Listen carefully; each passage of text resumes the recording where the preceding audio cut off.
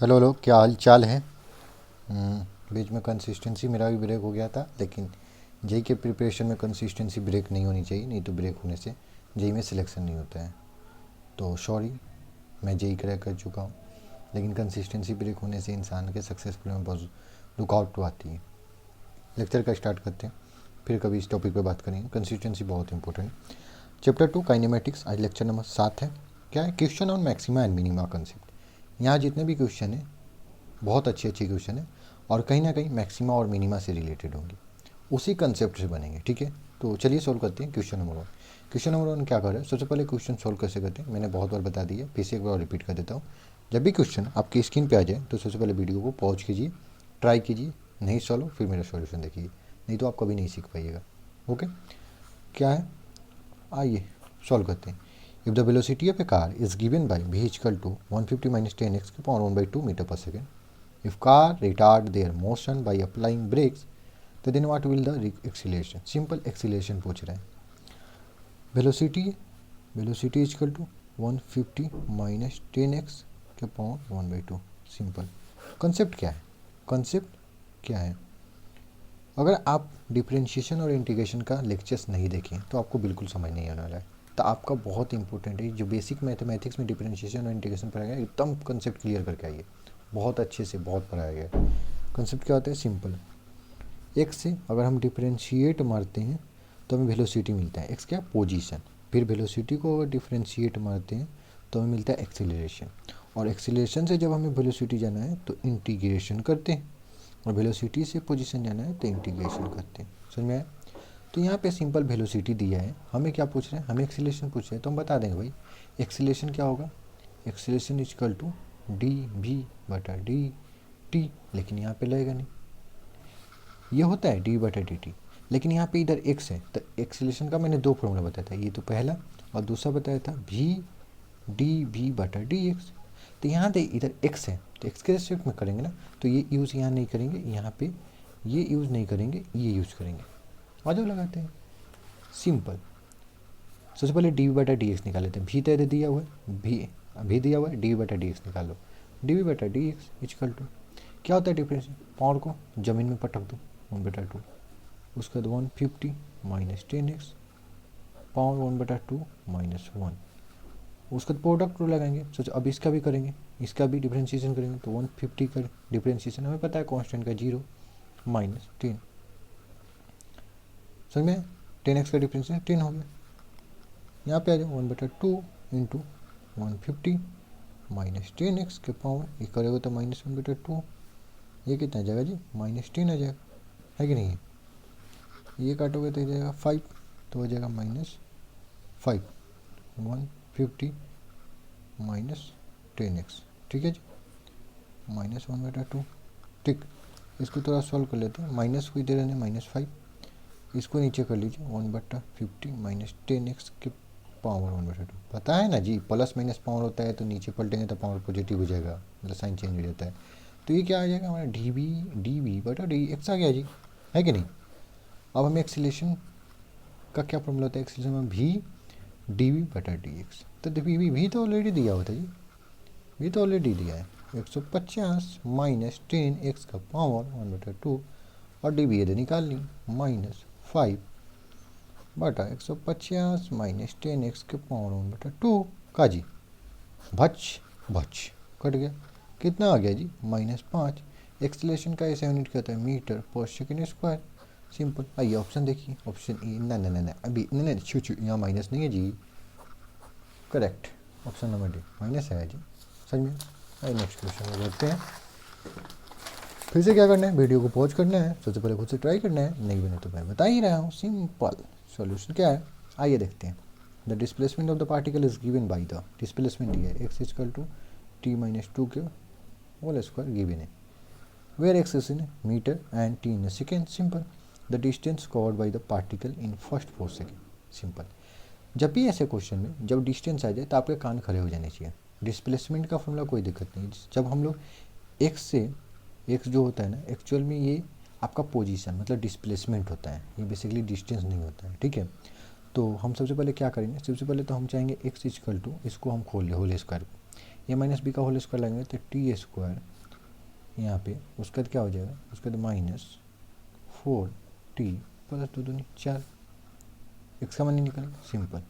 और ऐसे क्वेश्चन में सबसे पहले हम लोग वेलोसिटी निकाल के चेक करते हैं कि कहीं वेलोसिटी जीरो हुआ है कि नहीं है। इसका कॉन्सेप्ट क्या है, कॉन्सेप्ट की बात कीजिए तो सिंपल, डिस्टेंस निकालने का पहला वेलोसिटी फाइंड करो, दूसरा वेलोसिटी जीरो हो रहा है कि नहीं,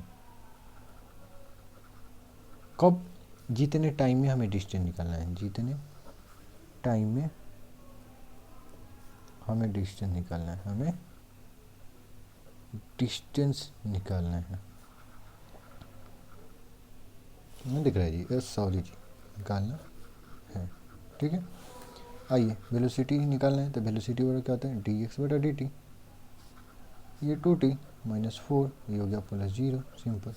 हमें वेलोसिटी क्या करना है, जीरो चेक करना है कहाँ पे हो रहा है, सिंपल। तो वेलोसिटी जीरो कीजिए, 2t -4t, सिंपल। यहाँ से क्या है, ओ जी यहाँ तक खाली 4 प्लस नहीं जी, टी कहाँ से है, यहाँ से टी का मान निकालिए, टी का मान निकले माइनस है, इधर भेजिएगा तो प्लस में 2t, टी इजकल टू 4/2, 2 से 2/2, यानी टी इजकल टू 2 सेकेंड पे वेलोसिटी जीरो हो रहा है।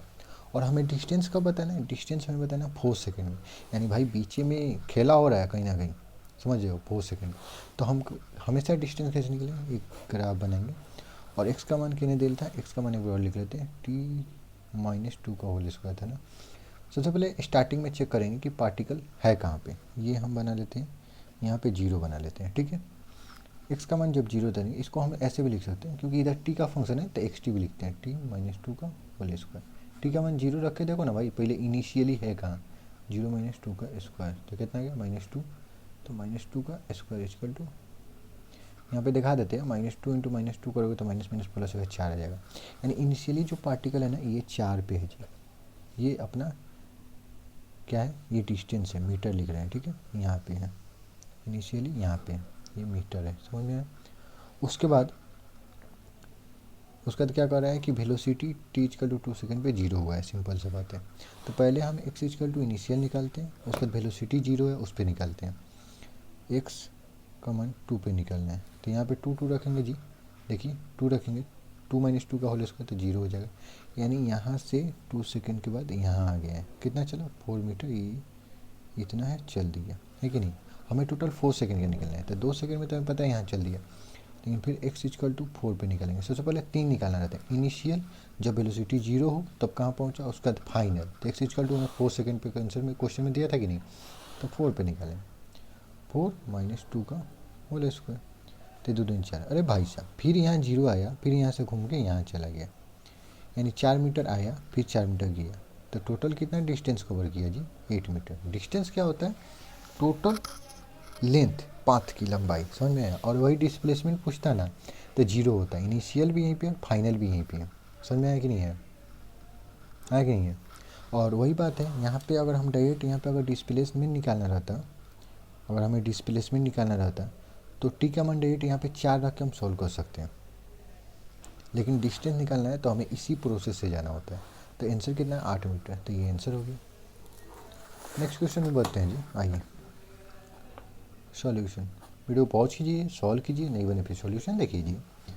ये particle moves along straight line, straight line के अलोंग मूव कर रहा है, पहले ही बता दिया स्ट्रेट लाइन, ठीक है। At a time t in second the distance x in metre of the particle from O is given by the x equal to, दिया है x equal to 20t plus 40t² minus t³ कर, how long would the particle travel before coming to rest, rest आने से पहले कितना दूर तक चलेगा, सिंपल सा बात है।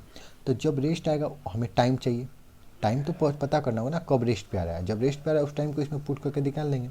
तो यहाँ से हम सबसे पहले रेस्ट पे आना है, तो रेस्ट क्या आएगा, वेलोसिटी, तो सबसे पहले यहाँ से वेलोसिटी निकले, वेलोसिटी इजकल टू dx/dt, ये कितना होगा 20t का डिफ्रेंशिएशन 20 हो जाएगा, प्लस ये 14 दूना 28t हो जाएगा, माइनस 3t² हो जाएगा। उसके बाद हमें वेलोसिटी जीरो कर दीजिए, उसके बाद 20 प्लस 28t माइनस 3t², इधर भेज देते हैं 3t² माइनस 28t -20 ये आ गया। और हमें टाइम निकालना है तो सीधी धारा 4 लगा लीजिए। यहाँ टाइम -b प्लस माइनस